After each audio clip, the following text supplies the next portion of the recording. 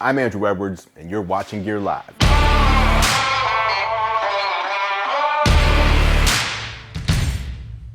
When Apple Maps launched back in 2012, it was heavily criticized for not having the accuracy people had come to expect from Google Maps. Over time, Apple has constantly iterated and improved the Maps app, but now, after more than 4 million miles of driving around the country, Apple has a whole new map that's far more informative and offers a much more realistic view.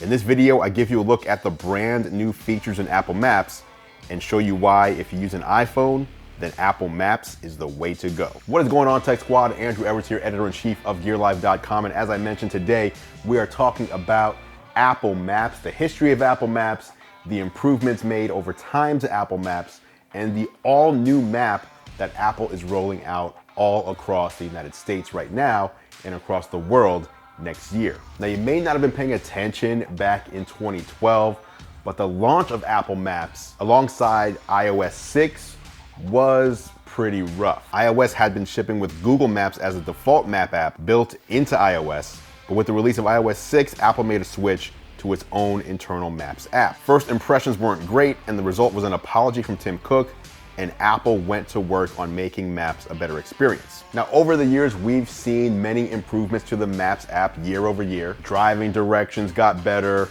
transit directions were added, business info, parking data, the Flyover feature for major landmarks, and even Flyover tours over major cities. Apple has definitely improved the Map app over the past 6 and 7 years. But in the background, for the past 4 years, Apple has been rebuilding the map from the ground up. As I mentioned earlier, 4 million miles of driving all over the country in an effort to completely replace the map data with a full, complete overhaul. Now, San Francisco and the Bay Area got the newer map roughly a year ago with iOS 12, and since then it's been rolling out all across the country. And a couple weeks ago, Apple let me know that the biggest Maps rollout was about to take place, and it was going to include the United States area of the Pacific Northwest, which is where I live, here in Seattle. So I've been using the new Maps now for about 2 weeks, and it's very obvious when compared to what we had previously that Apple definitely has an absolute winner on its hands. Now, before we talk about what's new, let's talk about how Apple treats privacy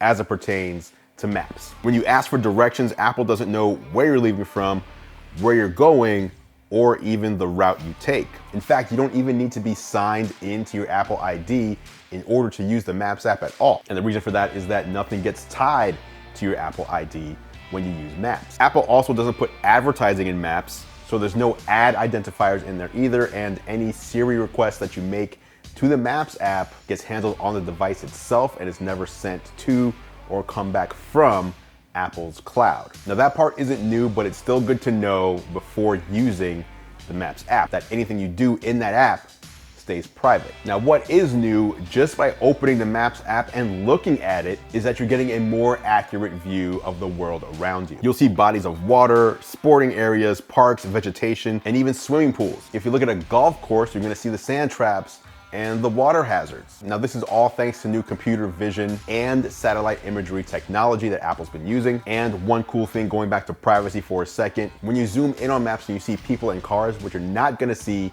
are the faces of the people or the license plates of the cars. Now, Apple also wanted to make Maps more usable for real world scenarios. It's a little easier to get around. And one example of this is the fact that they've licensed the different typefaces to match up with major public transit systems. So for example, they've licensed the Helvetica font, which is what's used in the New York Metropolitan Transit Authority. So the trains in New York City, if you look at the signage that you see in the real world on the subway in New York, it matches up exactly with what Apple puts into the Map app. So the typefaces and fonts look exactly the same, so it's much easier to get around when you can just look at your phone, look up and see that it's an exact match. You know where to go. Now, in addition to the new map itself, Apple has also built in a bunch of extra cool features into the Maps app in iOS 13. Get back into the improvements and usability features that Apple has added to the Maps app, starting with improved turn-by-turn directions. When using turn-by-turn directions, Maps will factor in real-time traffic information, including your current speed limit, so you'll know exactly how long it'll take you to arrive. It'll also now say things like turn right at the next stoplight rather than turn right in 1,000 feet. And it'll tell you which lane you need to be in when you need to make a turn or take an exit. And now maps will also guide you even more precisely than it used to. This is actually something that Apple seems to be doing better than anyone else right now. Let's say you want to go to a store that is in a shopping mall. Well, shopping malls have a bunch of different entrances and exits, a bunch of different parking spaces. Instead of directing you to the mall itself, Apple will actually direct you to the nearest entrance to the store that you want to go to that's in the mall. This way, when you park your car, you're right near your destination. And when you get out of the car, Maps will drop a pin so that if you have a hard time finding where you parked later, you can just ask Siri. Apple has also added the ability to share your ETA, estimated time of arrival. If you're meeting up with a group of people, you can share the ETA with them, which will update in real time and let them know if you're significantly delayed for any reason. There is also real-time transit information. So not general transit information, but real time to keep you alerted as to what's going on as you're commuting. Real-time transit info lets you see detailed transit schedules, live departure and arrival times, real-time outage and delay info, and even the location of your bus or train in supported areas. Now, Maps isn't just for outdoors anymore. Apple also has built some indoor maps as well to help you get around in big areas like airports and shopping centers. This way you can find out which restaurants are nearest to you, where the restrooms are, and what floor your favorite store is on. Now, there's also a new feature called Look Around, and this one is very impressive. In fact, I personally think that Apple leapfrogged over Google with this one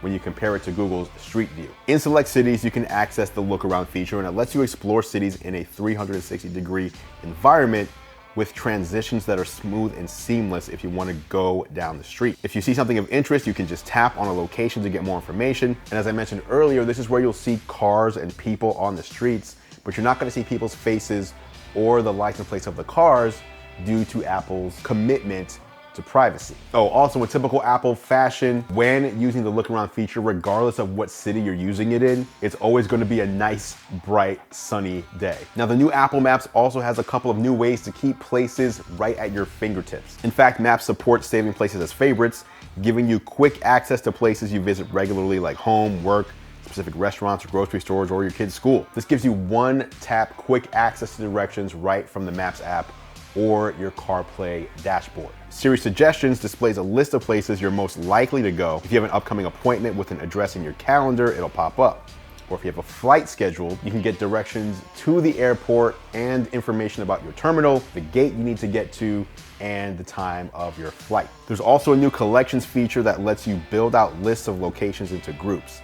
For example, if planning a vacation, you can create a collection called New York and save all the places that you want to go to in New York into a collection. Or alternatively, you might want to create a best pizza places in the US group and add all the different pizza places in the country that you want to visit while traveling. Even cooler, collections are actually shareable, so you can share them with friends and family. So as you can see, Apple Maps is getting the long-awaited attention that it deserved, and by taking ownership of the Maps data fully, Apple is committing itself to actually creating the map that its users expected from them at the beginning. The argument has been made by many, but it's worth repeating, that if Apple thinks that maps are important enough to own, then it should do everything it could to own them. And that's exactly what we're seeing here with the new Maps app and the new Maps data found within. Now let me know what you think. Are you an Apple Maps user? Do you use an iPhone but still use an alternative mapping app? Has it been a while since you tried out Apple Maps? Let me know in the comments below.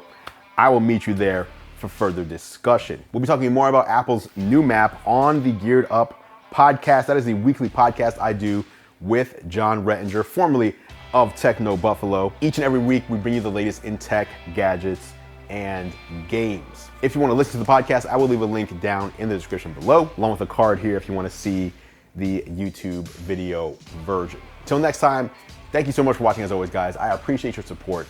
I'm Andrew Edwards, and I will catch you in the next video.